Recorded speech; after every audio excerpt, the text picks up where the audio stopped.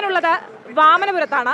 ഇവിടെ CPM-ന്റെ പൊന്നാപുരം കോട്ട തകർക്കാൻ UDF-ന്റെ യുവ സ്ഥാനാർത്ഥിയായ സുധീർ ഷാ പാലോടിനെയാണ് കളത്തിലിറക്കിയിട്ടുള്ളത്.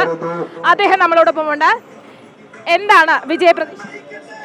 വലിയ വിജയപ്രതീക്ഷയാണ്.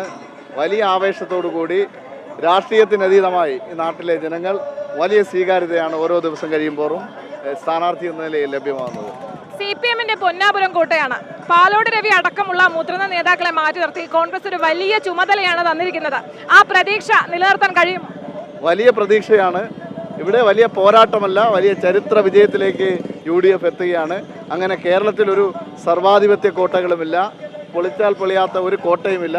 വാമനപുരത്തെ 50 വർഷക്കാലത്തെ കോട്ടയെന്ന് വിശേഷിപ്പിക്കുന്ന കോട്ട പൊളിയാൻ പോകുന്ന തെരഞ്ഞെടുപ്പാണ് ഈ തെരഞ്ഞെടുപ്പ്.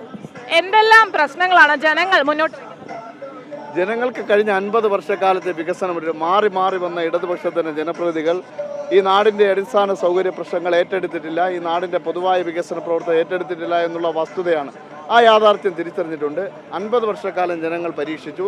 ഇനി ഒരു പരീക്ഷണത്തിന് ജനങ്ങൾ തയ്യാറല്ല എന്ന് കൃത്യമായി തീരുമാനിച്ചുറപ്പിച്ച തെരഞ്ഞെടുപ്പാണ് ഈ തെരഞ്ഞെടുപ്പ്.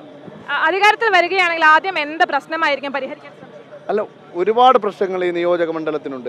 ഈ നിയോജക മണ്ഡലത്തിൽ ഒരു ഗവൺമെൻറ് കോളേജ് ഇല്ലാത്ത ഏക നിയോജക മണ്ഡലമാണ്.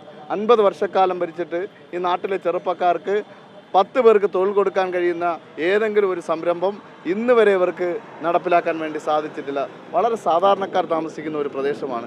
ഈ നാട്ടിലെ ചികിത്സാ സംവിധാനം വളരെ പാവപ്പെട്ടവർക്ക് മെച്ചപ്പെട്ട ചികിത്സാ സംവിധാനം പോലും ഇല്ലാത്ത, ഇവിടെ ഒരു ഹോസ്പിറ്റൽ താലൂക്ക് നിലവാരത്തിൽ പോലും ഉയർത്താൻ കഴിയാത്ത കഴിഞ്ഞ 50 വർഷക്കാലമാണ് സമസ്ത മേഖലയും പരാജയപ്പെട്ടതാണ്. അപ്പോൾ ഒരുപാട് ആവശ്യങ്ങൾ ഈ നിയോജക മണ്ഡലത്തിലെ ജനങ്ങൾക്കുണ്ട്.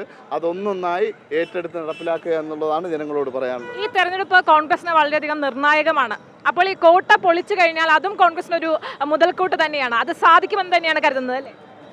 കേരളത്തിൽ ഐക്യ ജനാധിപത്യ മുന്നണി 100-ലധികം സീറ്റ് നേടി അധികാരത്തിൽ വരും. അതിലൊന്ന് വാമനപുരമായിരിക്കും. അത് തന്നെയാണ് പറയുന്നത്. വലിയ വിജയപ്രതീക്ഷയിലാണ് സുധീർ ഷാ പാലോടുള്ളത്. ക്യാമറാമാൻ സുരേഷിനൊപ്പം ദേവിക ചന്ദ്രൻ, അമൃത ന്യൂസ്, തിരുവനന്തപുരം.